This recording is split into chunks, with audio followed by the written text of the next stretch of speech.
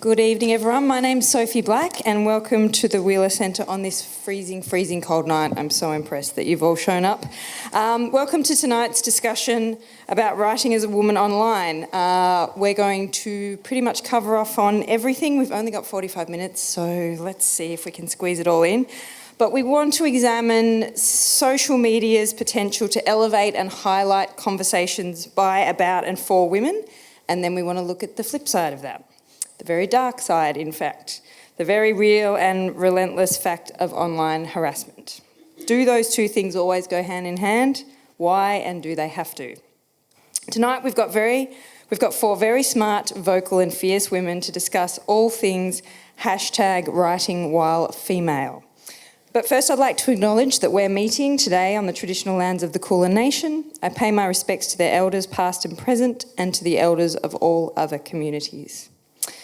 Jane Gilmore, Rebecca Shaw, Yassmin Abdel-Magied and Lucy Valentine are writers who put their words, beliefs and opinions on social media with the intention of connecting, challenging others and pursuing change. Jane Gilmore is a freelance journalist with a strong focus on data journalism and male violence. She was the founding editor of the King's Tribune and now has a weekly column for the Sydney Morning Herald. She's been published by The Guardian, Meanjin, The Age, The Saturday Paper, news.com.au and Junkie, among many others. Rebecca Shaw is a writer, podcaster and creator of the parody Twitter account No to Feminism, which has been developed into an illustrated book with a firm press. She's a contributing editor for Kill Your Darlings Journal and has written for Junkie, The Guardian, Daily Life and SBS Comedy. Lucy Valentine is a Melbourne-based comedy writer and enemy of the state. She writes for Cracked, which is a very recent move, and co-hosts the Bunta Vista Socialist Club podcast. I'm going to slow down now. I've had too much coffee. Yassmin Abdel-Magied is a mechanical engineer, social advocate, writer and media commentator. Yassmin has recently founded an organisation called Mumtaza, dedicated to the representation of women of colour. Please put your hands together for all four ladies.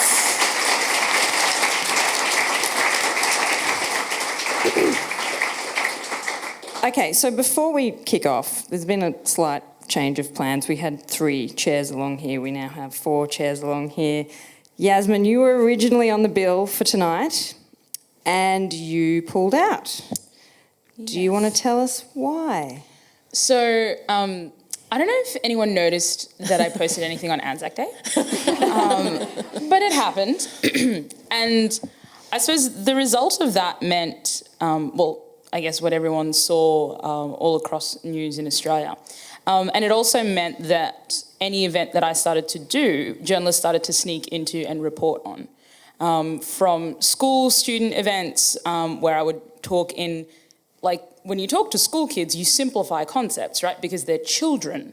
And those sorts of things were being reported, being misconstrued and so on. And essentially that in association with the fact that everybody who gave me advice, like I sought advice from all sorts of people, from crisis managers to people that were in PR and all sorts of things. And everyone was like, make yourself a small target. Don't say anything, just be quiet, it'll all blow over really soon. They can't go on forever. Evidently, everyone was wrong. But my strategy was essentially to pull out of everything, to be a small target, to not talk about what was going on, because if I talked about it, I would fuel the fire. The philosophy was, what could I possibly say that would make things better? Nothing, because of the way things work, apparently. And so I was like, I'm going to pull out of everything. What changed your mind? What brought you here tonight? So Jane texted me, messaged me and was like, hey, but the reality is being a small target didn't work, right? Like the reality is me saying nothing actually just left a vacuum for people to fill with their own interpretations, their own vitriol. And I just got back from overseas. So I was overseas for a few weeks. And I had to explain to people why Australia hated me so much. And it just gave me this sense of perspective. People were like, oh, was it just because of that? And I was like, well, no, what you don't understand is it's a very sensitive topic and blah, blah, blah, blah. But they were like, isn't there anything else going on in Australia? And I was like, I don't know. I've stopped reading the news. And so, like, honestly... There wasn't anything else in the news. Like, honestly, I've just kind of been like, fuck it, right? Like... That's all applaud. Thank you. Like... what if I am quiet, then they win. So, yeah, here I am. And it is worth keeping in mind that it wasn't just the full force of social media that you have been up against. It's with the full support and page space of The Australian, for example. It's like, it's so Weren't you bizarre. on the front cover of the Daily Telly? I've been on the front cover of, like, of more papers than I can count, actually. I kept count up to like 10. But yeah, a full front page of the Daily Telly. Ironically, they couldn't count. I know. It was like, anyway. Like they couldn't count to 3. And it wasn't to be like I knew how to handle dealing with trolls. I did not know how to handle dealing with the full force of the mainstream press and the cabinet ministers and the government. Yeah.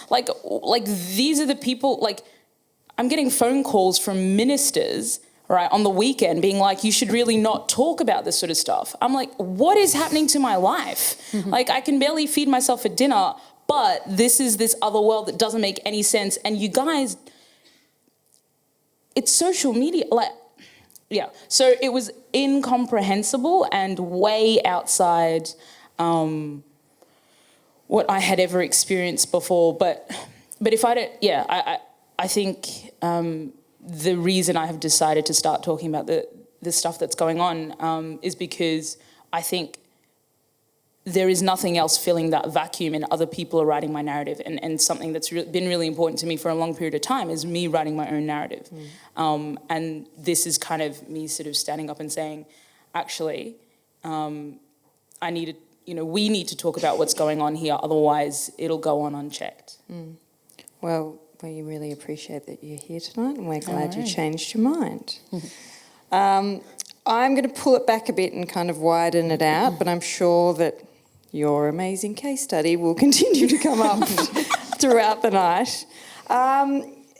Let's just talk about, the hashtag for tonight is writing while female. So let's start with that, shall we? So I imagine that the four of you, like most ladies, wake up in the morning and the first thing that you do is, apart from, put on your face and tidy your hair and definitely not, is to pick up your handheld devices and take a deep breath and say out loud, okay, right, it's time to start my day writing as a woman online. I imagine that's the first thing you think of when you get on the internet, right? I've actually recorded that as my alarm, and so I say it to myself as I get up every morning. Okay, so this is a question for all of you. To what degree does your gender consciously inform your interactions on social media? I guess it depends who you're interacting with. So, obviously, Yassmin's experiences were not always good. And I think we've probably all had them to a certain degree, although not like that. But mine have also been really positive. I wouldn't have the career that I have now without social media. That it was the people that I met and the people who were sharing my work on social media that got me noticed. It was making contacts with editors and with other publications, I think has happened almost entirely on social media.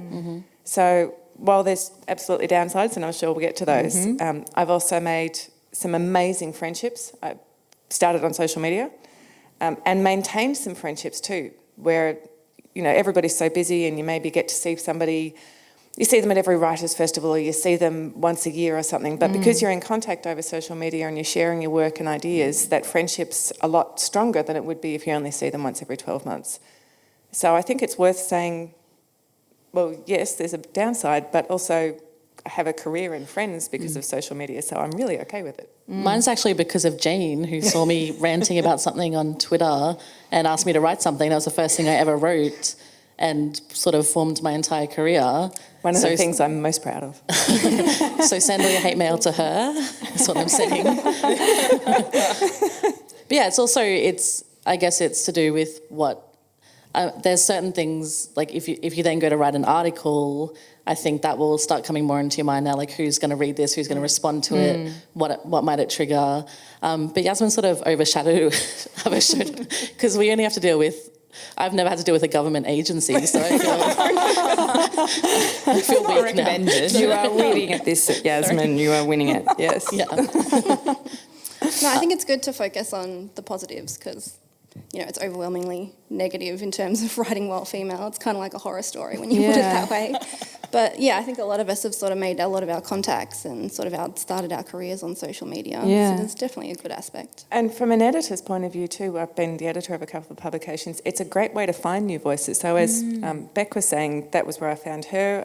Amy Grave started writing with us. I found her on social media and she's awesome.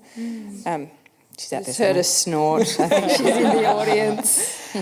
But most of the writers that I was in my career as an editor, almost all of them, I found their work on social media and contacted them on social media. So it worked both ways. And also the community is also very important, but also finding like the amount of education and things that have happened that have informed my writing have all happened from following other women, like women like Yassmin or trans women, queer women. Like that's where you find these voices because they're not published in the mainstream enough. And so that I think has been like incredibly important, a positive in my career anyway. Yeah, like putting aside the fact that you can pay for promoted posts or something like that, it's massively democratic, right? In the sense that everybody's voice is on the same timeline in this, and so you do get the opportunity to see other voices in ways that you usually wouldn't. And I mean, I was thinking about it earlier, like I find that I can go to almost any English-speaking country now and already have friends there from the writing world or from the political world because I follow their stuff on social media and because I've read their articles. And it makes you feel like that was the beauty of when the sort of internet was first kind of anyway, there's a word I'm thinking of. But like when people started using it in a big way, one of the most exciting parts of it was that you could create community in ways that didn't exist before. You could create community around interest groups and even the most niche, bizarre thing that you loved, right? Like you would find somebody else in the world who also loved it and also wanted to talk about it. And that is amazing. And like I think I also put Twitter in a different bucket to Facebook, for example. Like my Twitter friends are like... I bumped into someone in the UK a couple of weeks ago who I felt like I knew really well. And when we bumped into each other, we were like, oh my God, and we picked up from where our Twitter conversation left off, right? And so it felt like a real world in a very different way to, I think, what Facebook does. But, I mean, also, there are groups on Facebook. So there's like Binder for Australian writers, for example, Australian women writers, who, when all the Anzac stuff went down, fundraised money for me to take like a break, which is ridiculous. Like I didn't know the women that supported me, and it was just through the, and it felt, people talk about the difference between online community and offline community. It felt like community, regardless of whether it was online or offline. It felt like I had people to support me, and I think regardless of all the stuff that can happen that's negative, it can also sort of hold you in a real way. And it can also be like a direct, like with the stuff that happened with Clem and the Avid Reader in the last few days. I don't know if everyone's across that, but it's a bookstore in Brisbane that did a post about her new book, and then it was like a concerted troll MRA effort to bring down their rating because they need hobbies. A few things they need. I'm like, that's why. Have you heard of like try knitting, like something? Constructive. And sort of like the practical alternative was that thousands more in the writing community sort of went and left good reviews. So it was like the rating doesn't really matter, but it's that feeling of when you're feeling sort of isolated and you're feeling under attack, it's sort of like, oh, people have my back, and like people who understand what it's like as well, who are there. And how much do we think, and we're accentuating the positives for now, but how much do you think feminism and the way we talk to and about women, how much has that been influenced and shaped by the nature of online discussion and the internet in a positive way? I think it's been shaped a lot, mainly because this is the first time that women have had access to a public voice like this. I mean, we're still looking at 70% of newsrooms are men. And to get a public voice through the normal broadcasting channels, you just can't do it. Yeah. Whereas social media, you just jump over that and go, well, I don't need you. And if you've got something interesting enough to say, as all these women have, people listen and they share it and other people listen, and you almost don't need to worry about the men who are getting in the way of women's voices. You just say your thing. You just do it, publish yourself. Yeah. Well, that was how I started. I think that's how we all started, wasn't it? Yeah.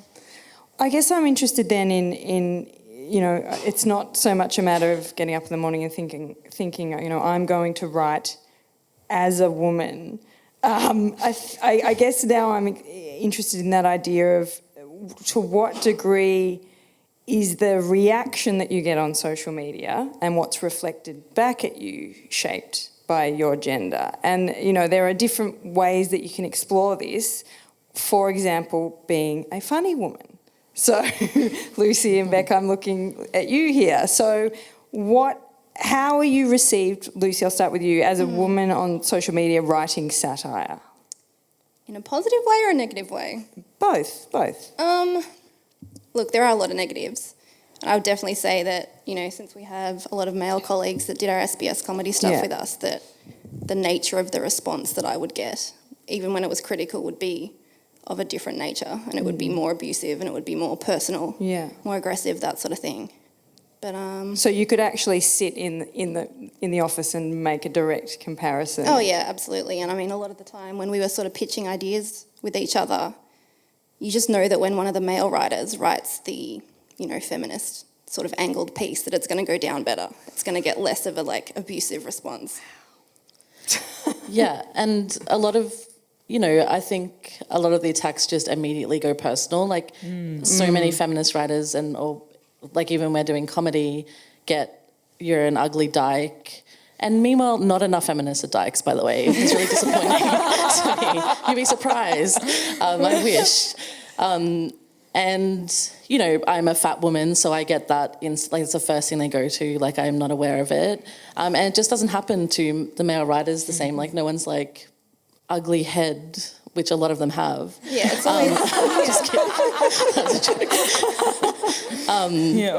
But yeah, it's just sort of it's just a much more venomous response that that is coming. And even I had a thing with George Christensen, the politician. So when you say you had a thing with him... I had a... Do not spread that rumour, please. Where I wrote I thought a pretty inoffensive article about him attending a Reclaim Australia rally and how I didn't think that was cool. And he went to my Facebook and got a photo of me and put it on his page to be have at this fat woman that you hate. And all the comments were she hasn't been laid, and just really personal and sexual, and something that the male writers would never get in a million years. I check with all the male writers, and I have yet to find someone who's been told he's not allowed to write because he's had too many sexual partners. Wow. Yeah. And I've checked with all the female writers, and I've yet to find one that hasn't been called a fat slut on the internet. So, I mean, the thing is, it's right. We don't write in a vacuum, right? And what online in particular does is it exaggerates and exacerbates and amplifies all the attitudes that are out there, right? Whether it's positive love for what you're doing, or it's, the fact that we live in a society that can't look past a woman's physical appearance and listen to what she's actually saying. And it's, so I think it's not a reflection of the online world alone. It's more a reflection of the fact that the online world allows for us to maybe see what people would like to say if there was no retribution, right? And that's what we see. Jane, what about you in terms of safe subjects or safe spaces? I mean, I found when I was editing Crikey that there are many subjects that I could write on that would never, ever draw any reaction around the fact that I was female. And then there were certain subjects that if I wrote about them, or hashtags that I would, jump onto, that's when I would attract that. So have you found that there's a difference between, say, being the editor of King's Tribune or the editor of Women's Agenda in terms of the reaction that you get? I think once the trolls identified me as a feminist, then anything I write, I deserve to be crushed and killed because I'm too much of a fat slut to write words. So anything I write about now gets that reaction. Right, absolutely anything, whether it's a dry economics so piece I did about... a really, really boring piece on parliamentary expenses a while ago. Wow. It was really boring. And... Selling yourself well. No, I mean, it was awesome. You should totally go and read it. But it was the same reaction. It wasn't as strong as when I write about crime statistics, particularly about violence against women, but it was still pretty strong. But I have to say, of all the reactions that I've seen, and like everybody said, there's quite a community, so we all know each other, and people will always be going, well, not always, but every now and again somebody will say, look, this is something bad's happening, my social media is just overwhelmed and I really can't cope right now. And people will pitch in, and I've done it for a few people and I've watched it happen to a few people. I've seen Clems, who gets some horrific stuff, Van Badham, Celeste and Ruby, who get some really racist stuff, but I have never seen anything like what happened after the Anzac Day stuff, because I had to write about it and I was going through the Facebook comments. I thought I was unshockable. I really did. I had to stop because I felt sick. The rage was so visceral and it was so racist. And it was entirely about the fact that Yassmin is black and Muslim. And it was this right down atavistic, visceral rage that she would dare to speak. How dare you? I've never seen anything like it, ever, in all the time I've been on the internet and all the stuff that I've received and anything I've seen that anyone else has received. I have never seen anything close to it. It was horrific. Yassmin, you were saying earlier that it's hard to gauge...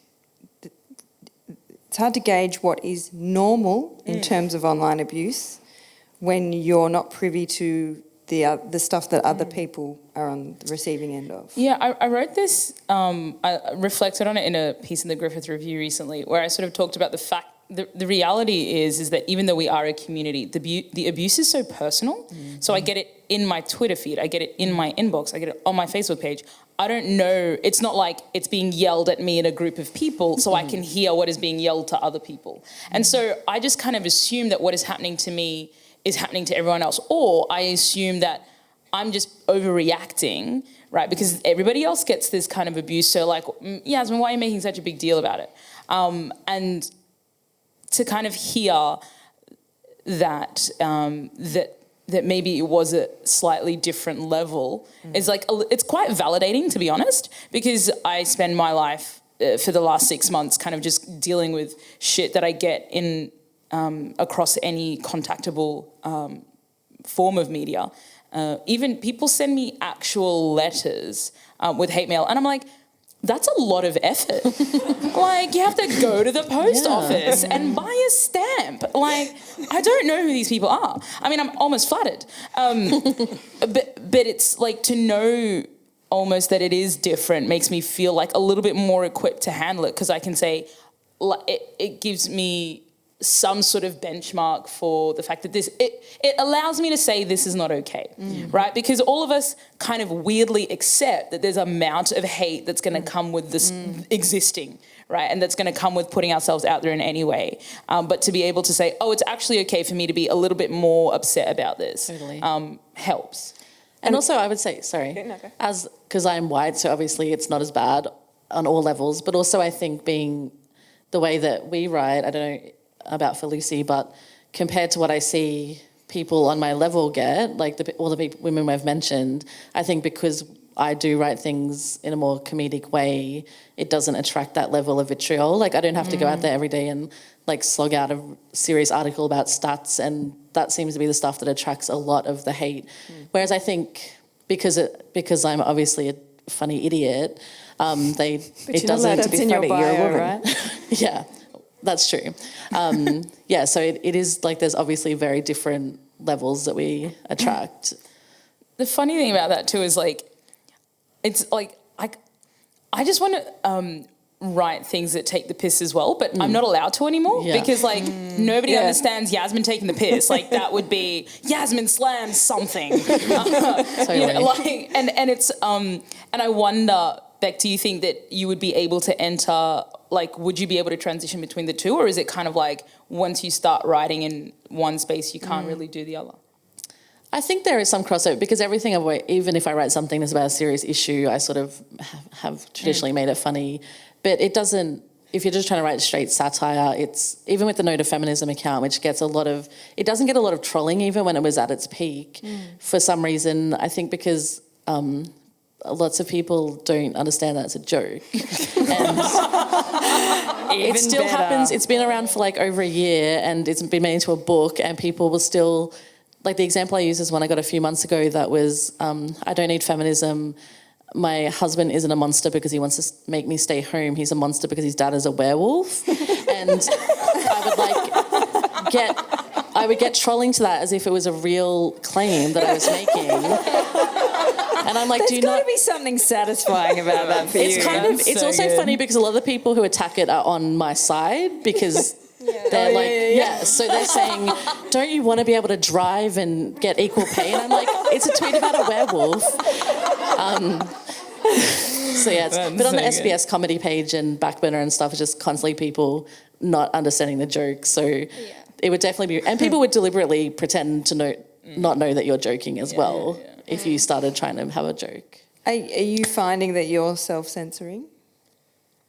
Oh, I have an entire folder of tweets I have not sent. Please send them to me. That's amazing. I actually have started to send them to friends because I'm like, I need to say this, but I know it will end up on a front page. And so this is something that I'm really struggling with at the moment. I haven't settled on anything. Because I will have, the advice is, Yassmin, you're now this public figure. Anything that you say and do will be used against you in the court of the world, right? Just everywhere. But I don't, and so people are like training me to speak in, messaging and blah, blah, blah. And it just sounds so wanky, right? I don't want to be speaking in like canned messages about the things that I care about. The whole idea is that I hate that kind of language and I hate that. I want to be able to talk about issues in the way that I want to be able to. And so the struggle between knowing that the way that I talk is exposing me to risk versus wanting to reduce that risk, but also feeling then inauthentic and unable to actually communicate what I want to communicate. And also I'm like, I just turned 26. When am I going to be able to say the kind of stuff that flippantly that I can say, if not now? Yeah. Right? Like, I don't know. And there's also the balance of like, what difference will that make anyway? Because with the MRAs or the trolls or whatever, like it literally doesn't matter what you say. True. And people who went on your Facebook and said racist comments aren't going to be like, oh, well, now I agree with Yassmin now that she said it in that way. You changed my mind. Yeah, like there's also that balance of how do I engage with these people? Because I know immediately you're not coming at me in good faith. Like doesn't matter what I say, what evidence I have. It's just, this is a waste of both of our times. You just want to waste my time. What about you, Jane? I mean, have you ever, as a result of sustained abuse, self-centred or checked yourself at any time? Self-censoring is not one of my greatest skills. No, but have you ever paused? Have you, even in just weak moments? There's only one thing that's ever really restricted me. Was many, many years ago when my daughter was about 7 or 8, somebody trying to get a rise out of me in many ways, and I was just laughing because it was actually funny, discovered that I had a daughter and so they were threatening her. And that really got me quite upset. So from then on, I keep us completely separate on social media. I don't mention her name. I refer to her as teen daughter so that she's unfindable, because while I'm happy to be the target of those things, she's a teenage girl and she should not be the target of that stuff. So that's probably the only way that I self-censor. Apart from that, I get a very different reaction to Yassmin because I'm not young and I'm not black and I'm not Muslim, and so I don't get them so angry. I get well, you're too old to speak, so shut up. There's Can't about win. half an hour, I think, when you're 27 that you're allowed, and then that's it. If you're 27 and beautiful and white, you're allowed you to... get for half an hour, and then you're suddenly too old. Yeah. So I just tend not to pay a great deal of attention to it. But again, I find it easy to ignore because the things that they're yelling at me about are just so stupid. I mean, they're so stupid, but, you know, the shut up fat slut thing, and I think, well, you don't know what I look like and you don't know anything about my sexual history, and why do you care? And it just doesn't interest me. So I find it easy to ignore, but I'm in a very different space to Yassmin, whose abuse is a lot more personal and a lot more widespread. Mine is a lot easier to ignore. What about Lucy? Lucy, have you ever... Self-censored? Yeah. I try not to, but I think when you're writing articles, especially when you're sort of, even just writing jokes on Twitter, anything that has any kind of feminist undertone, you know, is going to just, you're going to get abuse for it. And sometimes it's just more of a sense of, can I deal with this today? Like, do I want to deal with that? Is the joke worth it? I've noticed Lucy gets a lot more like mansplaining than I do, which is not the same as trolling. But it's just, you know, it's dudes who are trying... I think they're trying to impress her because, like, I don't know That's exactly. a different angle. Well, they're all idiots, that's the point. It's like they don't know. Are you impressed? Not quite. No. And it's also because you're very funny, but you also write in a way that your comedy, I think, is very popular with dudes as well. Like, because Lucy is hilarious, and a lot of the stuff you did for SBS was like very Australian specific and like kind of ochre.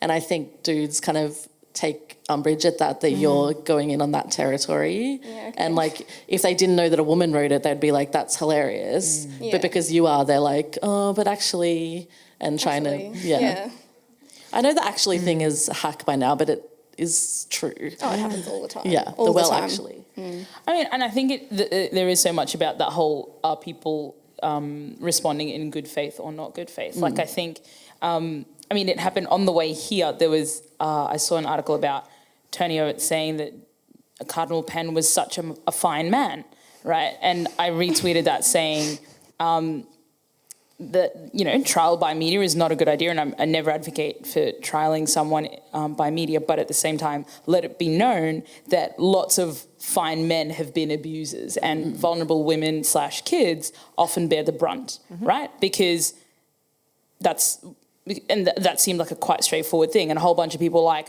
stop trying to take this away from the boys and bring the women into it, and and I'm like, whoa. And so it's like clear that what you said, like, it doesn't actually matter what I say. People are just going to find and so in that case, do you care? Like, should I care about trying to be nuanced enough that I don't put any feet wrong? Or do we just... There's no way of putting an end to that one, that whatabattery, which is not so much abuse, but any time you talk about something, but what about men? What about boys? Not all men. That one just... That I find doesn't upset me, but it's intensely irritating. Frustrating. The example go. I just talked over you like a man would. I'm sorry. What have I become? Don't interrupt me. Sorry. I did apologise though, like a lady would, so it's fine. But I was going to say, a really good example of that is talking about domestic abuse with athletes. There's, I don't know if you've heard of Hope Solo, who's a goalkeeper, the American women's soccer goalkeeper, who's had a tumultuous relationship and got arrested for, I think, domestic something with a cousin or something like that, like very vague. And so every time you bring up the epidemic of like domestic abuse in men and athletes, everyone's like, what about Hope Solo? It happens with women. And I'm like, give me a break. What a stretch. It doesn't matter. I do data all the time, and it doesn't matter how credible the data is. This is from the coroner's court. This is from the criminal trials. Numbers don't lie. Yes, but what about that one thing I read about in the National Enquirer that said women do this all the time? What about that, huh? Have you got an answer? Have you got an answer? Oh, well, you're not answering. Well, clearly you're too scared to. Are you triggered? It's so like time consuming. This is the thing Lindy West talks about. This is the thing that kills me. It's like takes away from what we actually want to be doing and writing about. It takes up so much time just going through stuff. It takes up energy to not respond. It's so, I don't know how you guys, Well, it's also just trying to get stuff done. So when I was in Sydney 2 weeks ago, I did the drum, and I just said, we were talking about terrorism, and I said something about the risk doesn't match the rhetoric. And I talked for a couple of minutes and then finished it off with just a throwaway line about more people have died falling off ladders in the last year than from terrorism in the last 20 years in Australia. Oh my God, don't say that on national TV. Oh God, I'm sorry. Yeah. But the problem was that I was in Sydney doing this really quite amazing stuff, but I couldn't get through all the yelling to find out if anybody was paying attention to the thing that I was doing that was actually important to me, because there was just so much of it. And so you can't see through this haze of shut up about ladders. I don't even know what to say about the ladders. It wasn't the point. Bunnings Warehouse. I guess it's also worth noting that, I mean, all four of you have media profiles. I mean, you work in the media in various different ways. But we know from countless studies that women generally online, a huge proportion of them are victims of abuse online. So I'm just going to read just a few numbers out. So there was a study last year done by the security firm Norton, and they found that nearly half of all women report experiencing abuse or harassment online, and 76% of those under 30 had experienced some sort of abuse. 1 in 7 had received general threats of physical violence. 1 in 10 under 30 had experienced revenge porn. Researchers found that women received twice as many death threats and threats of sexual violence as men, and that harassment is overwhelmingly taking place on social media, over 66% of cases. Now, I've read other studies where the numbers are actually slightly higher than that. I guess I'd like to know how each of you interact with online abusers. Maybe give me a specific example if you want to. Do you interact with them? Do you block them? It depends a bit what kind Does of it mood. depend on it totally depends what on the mood mood. you're in and what the nature of the abuse is? Sometimes if they get me when I play by the Dragonista rule, so no tweeting after the third drink, but sometimes if they get me on the second drink and I haven't got anything else to do, then I'll just have a bit of fun with it. And there was one guy a couple of months ago who was trying so hard to get a reaction, and everything he said to me I was going back with, oh, look, I understand, you're only human, but I'm really just not interested in a relationship right now. And his head was exploding with rage. That's a good one. And I just kept going because I was sitting in a bar with a glass of wine waiting for a friend, and she was running late and I didn't have anything else to do. And I was having so much fun with it. But there are other times when, like Yassmin said, I'm busy or I'm trying to get something else done, or they're just dickheads and I can't be bothered, that I'll just block them and ignore them. Yeah. So it does depend a lot on what you're doing in the mood, I think. Yeah. Sometimes I would block someone, a man, just for annoying me slightly. And sometimes I'll engage, but I don't know. It totally depends. And also it gets to a point where you're just worn down by it all. Yeah. And often if it's not even happening to me, but if I'm like over the last few days with Claire Minutes and I'm just like, this is not funny. And these dudes are doing it for a laugh, a lot of them, or like wanting to make noise and wanting to get a rise. And for like a lot of women who these threats and stuff are happening to, like it's not a game, like it is not funny. So it just depends like where I'm feeling, what I'm feeling. And sometimes I just send photos of my cat back scowling. And every time they respond, I just send a different one and they just end up giving up. So I did send somebody a photo of my dog's bottom once. Okay. Pets have a role to play in this as human shields. I mean, the thing that I do think about though is human that shields. Shields. Keep going. Oh, so good. It's like I worry. Like I have no idea what it's like to be a teenager growing up on social media. That terrifies me. Like having Instagram and Facebook and Twitter as like a 12, 13, 14, 15, when your view of the world and who you are is just being formed, like it's terrifying. And what I worry about too, in my case in particular, is that the kind of stuff that's happened to me very clearly says to every young Muslim woman and every black girl in this country that if you dare step out of line, we will crush you mercilessly with the full weight of everything that we've got. And that is not okay. And and that's part of the reason as well that I have decided to keep talking, is because I know that I've had very strong women and that I respect in my community say, oh, I'm leaving the country. Oh, there's no way that I'm going to say anything about anything ever again. Because the evidence is there to tell them that their voice is not welcome and that they will not be respected. And for people who aren't in the media and who don't have public profiles, they don't expect to be hated that much. They don't expect, it hurts when somebody says that, you should be raped by 50 people and that you should be beheaded and that all of these things hurt. And when you don't understand, or even if you do understand that it's, not even necessarily about you or it's about the world that we live in or whatever, it's still being directed at you and you still have to sit with it on your phone and read it. And it's super lonely. And that's it. I don't know how to better support young girls. I was at a school recently and I was giving just my regular kind of talk about youth stuff, and some guy puts up his hand and asks me about Islam and feminism, and I give him the usual answer. They're like, it's about 500 kids. This is a guy in grade 12, and then he was like, I said, it's got a lot to do with patriarchy. He was like, patriarchy only exists in Muslim countries. I was like, sit down.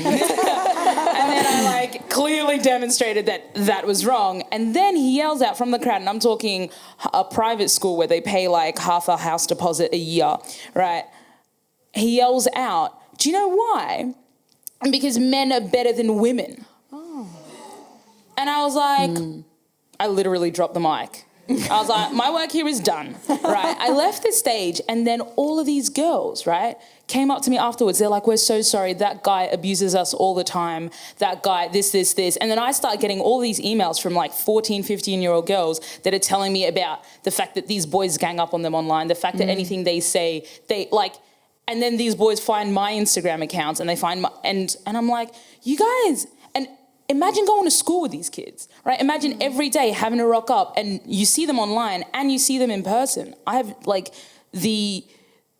how we protect our young girls from that, I have no idea. And we've talked a bit about kind of personal onus and what you do to protect yourself. But what about the role of social media companies and law enforcement in this? Jane, are they doing enough? Well, are they doing anything? Because if they are, I haven't seen it. Very, very occasionally, under a huge amount of pressure, they might begrudgingly go, oh, okay, well, we'll block that account. See, look at what we did, aren't we awesome? But, there's so many problems with it. The law has not caught up at all. It's light years behind. You talk to the police about some of the things that come in, and I've had to go a few times.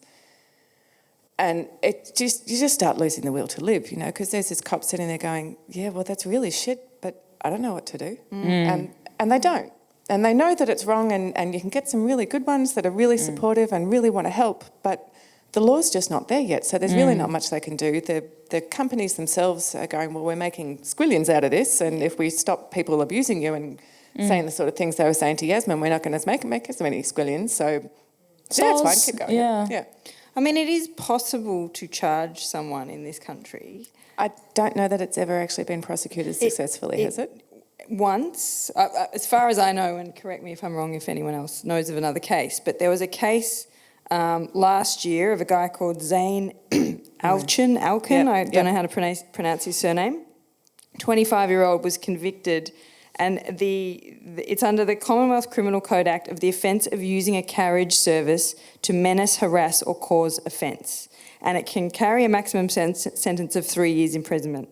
This guy got a 12-month good behaviour bond for making obscene comments to women on Facebook, which all started, it's a very long story, but he was defending his friend who took a screen grab of a Tinder profile and put it on Facebook and made fun of this woman's Tinder profile, and made fun of is a very kind way of describing what they did. The magistrate, when sentencing this man, said that he was subject to a vast overreaction and had suffered a great deal of pain, and said that the Tinder dating profile that originally started the whole thing, or triggered, this whole exchange, was of a sexual nature and inflammatory. Poor little boy triggered into making rape threats.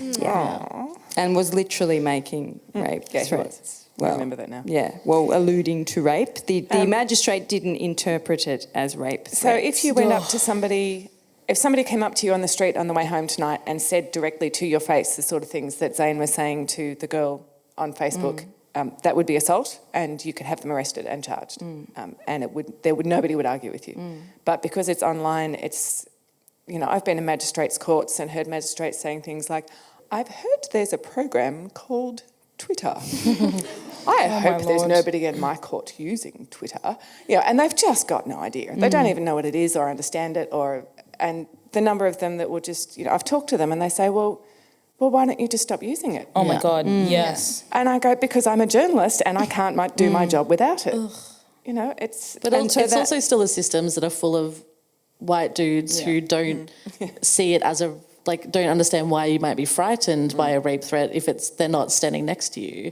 It's because they have never felt that fear before, and it's still, the system is just very slowly progressing in that. I don't know. Well, on that conundrum. Good time. Yeah, I mean, the number of death threats that I've gotten, the number of death threats that she's got. There's still just not enough there. I was talking to some security people about it. They're like, yeah, well, we can't really do anything with this. And I'm like, what it's going to take is someone rocking up to my house, putting bullets through the door, right, killing me, and then the country to have a conversation about should we do something about, it will take somebody dying. It will take somebody being, not even just somebody. We have all, I don't know what it'll take. Maybe it'll just take a whole bunch of women in, being the magistrates, right? But also the fact that it's not recognised as a very detrimental and traumatic event before it becomes a physical act. It is still a deeply traumatic thing to be subjected to, and somehow that is not recognised either. No, it's not. And everybody experiences it in different ways, I think. I know that for some people it is a truly terrifying thing, and for other people it's an enraging thing, and it will make them insane with anger. But just having to even carry around that anger with you about it, that gets exhausting. That the effect can run so deep, and it's so tiring, and life is hard enough, and there's so many things that demand our time and our energy as it is, without having to waste so much of it on this. I find it infuriating, but also it's a symptom, it's not the problem. And so what I think we're doing, all of us in our different ways, is fighting against the symptoms. And I'm so glad that Yassmin came tonight and that you're putting your voice back in the public again, because that's fighting, yes. Oh, thank you. That's fighting the symptoms. And the social media bullshit is Yassmin's fighting the cause. The social media bullshit is not the cause of this. It's an expression of it, and the causes are those ideas in society that mostly straight white men have, that anybody who's not a straight white man is not as worthy as me and shouldn't be allowed to speak. I remember I was sitting in a cafe the other day and I looked outside and I saw a bunch of white guys walking past, and I was like, man, life must be great for you to be able to say an idea and for people to listen to the idea and not question your everything about you and say that you, because of all these things that you are, that you can't change. You are not allowed to speak. You are not allowed to contribute to the conversation. You are, who you are is not okay. How awesome would it be just to have people to listen to the ideas? It was confounding. I was like, whoa, no wonder you're walking so tall and straight. What a great life. I mean, obviously a massive simplification. Everybody's dealing with their own battles. But the fact is that we don't enter any conversation unburdened. We enter every conversation carrying this baggage and having to work uphill to even get to the plateau where everybody else is. And that in of itself, sometimes you just look at it and you're like, do I want to? Like, do I want to have to, every single time I enter the conversation, justify my, like, why I should be allowed to even be part of this conversation? That's kind of, which is, you know, a reflection, I think, of the It's like society. you have to defend your very humanity before you're And then allowed there's to also speak. sometimes you think like, oh, maybe it's because I'm in writing or comedy or but then you talk to other women in every single field, and it is literally every single field, and there's no escaping it. Like, it doesn't matter if you're not in the arts, it's still, you probably walk into an office where the bosses are men. Like, it truly doesn't matter. Like, there's very few places where you aren't set up, you can't go in neutral. Like, Yeah, I mean, if you want to get into the stats of it, in the most female-dominated employment categories in Australia, something like 60%, 60 to 70% of the senior management, so things like nursing, clerical administration, which is like 70% women, 60% of the senior, 60 to 70% of the senior positions are men. I mean, we can't get ahead, quite literally. This is getting too depressing, so I'm throwing to the audience. Please raise your hands, and if we can start with a woman, that would be really ace. If it's possible, come on, ladies, put your hands up. Oh, come on, please. Jane was telling me earlier that she's never, ever done one of these events where the first person who asked the question wasn't a man. So we will come back to you, sir, and we appreciate your question, but let's... My question is, would you want to see legislation introduced at this stage, say within the next year, if we only have 25% of the police force that are women and a speckling of female representatives in the legislature and other branches of government?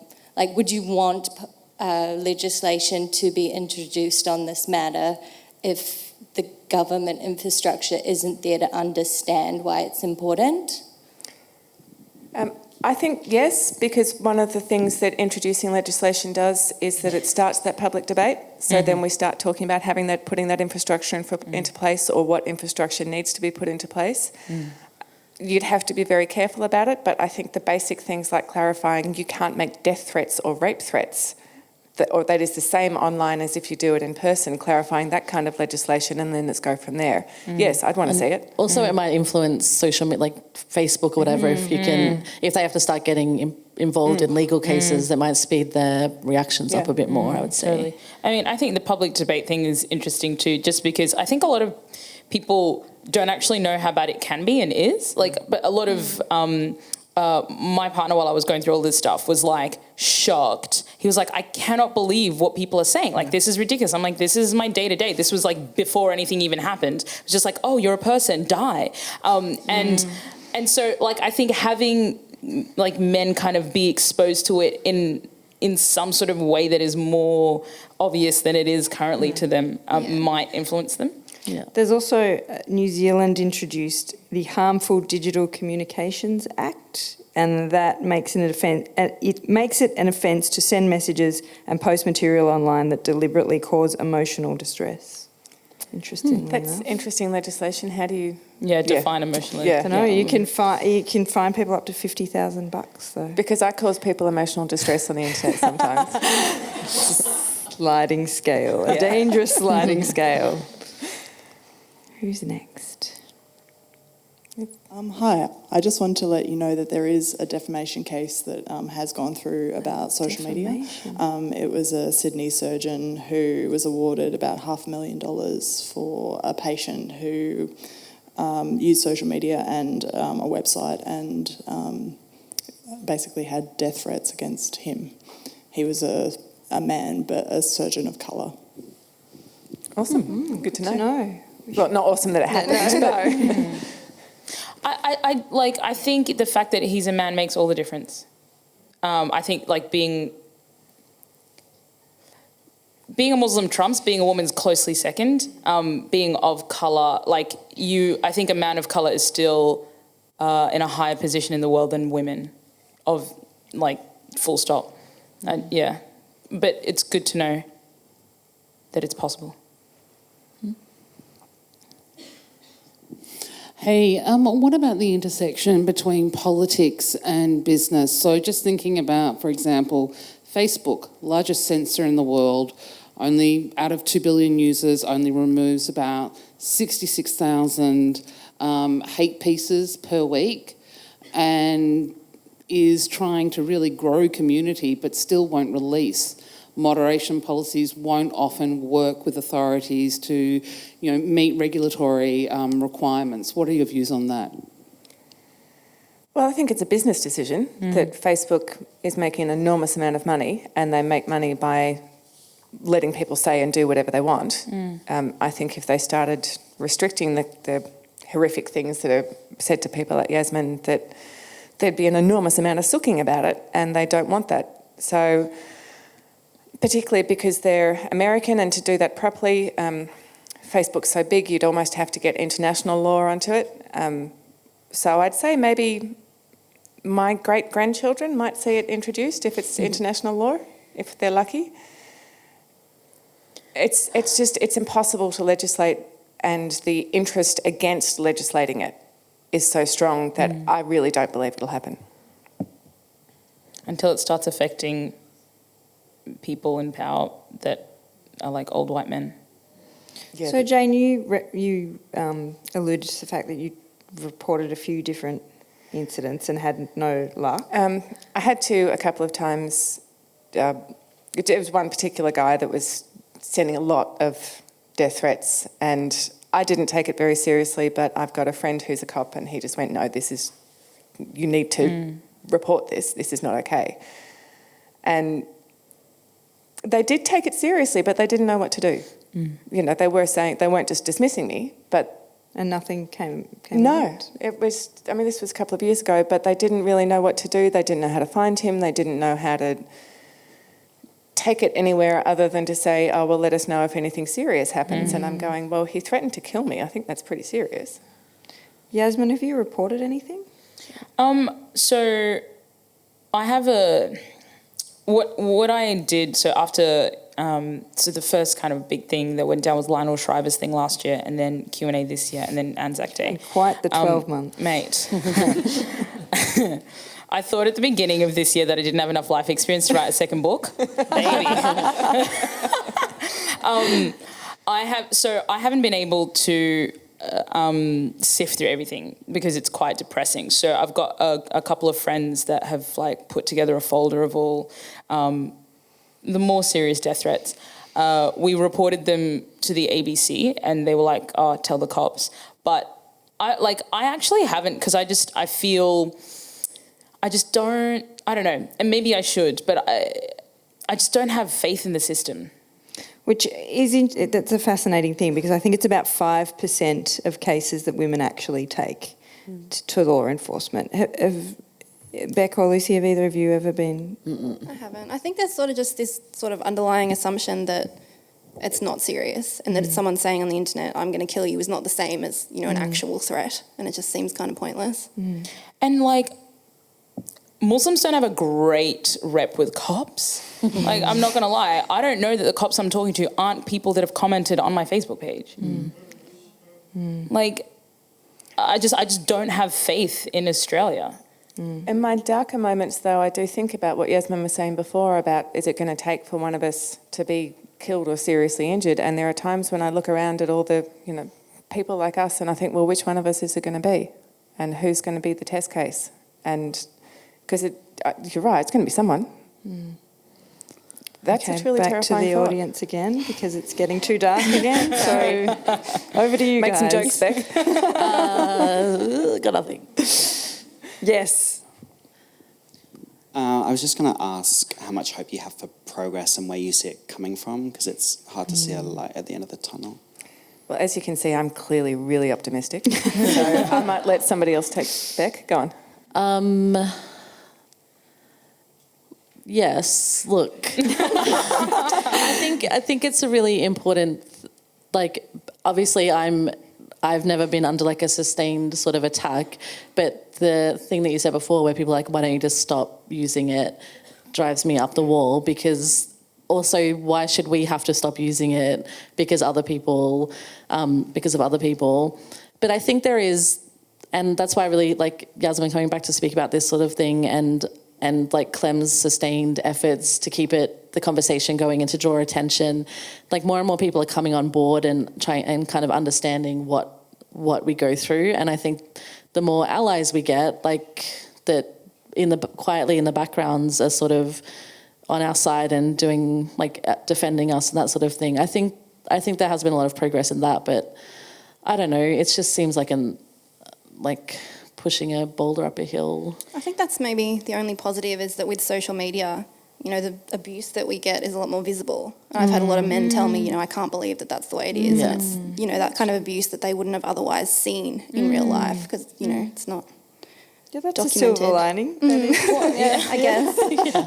And I think like that kind of hits the nail on the head. It's the progress will only come when those in power at the moment hear and see what is going on, because we have been talking about it for a long time. We've all been experiencing it for a long time. And our bleating hasn't made any difference. Like, you know, what we do is give community and support to each other. But I think the saddest thing, the thing that, and sorry I keep talking about my last few months, but I think the saddest thing about the experience for me was the fact that, you know, I had community from women and women writers in particular, and that was awesome. But I've been working in community and with government and with organisations and with boards and been given awards left, right and centre for the last decade plus, right? Not one of those people got up in the public space and said, hey, you know what? Yassmin's actually done some real good work for Australia.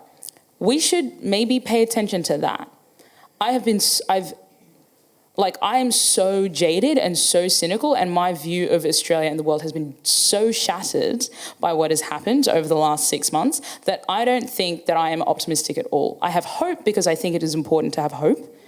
And God damn if they're going to take that away from me too. But I am not optimistic at all. There is no evidence at all to tell me that it is. There is no evidence to show me that being optimistic would make any difference. I thought that I could outperform my identity. I thought it was, if I was so good, if I did so much good for my country, there would be a point where I'd be allowed to say things as equal. And I was proven wrong resoundly. So no, I don't have hope. I don't have optimism for progress. But I have to believe that there is hope, and that's why I'm here.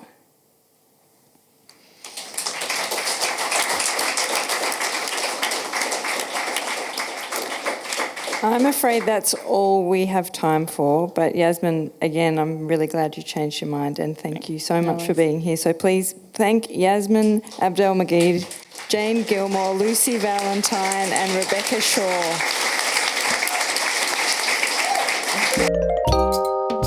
Visit wheelercentre.com for the best in books, writing and ideas from Melbourne, Australia and the world.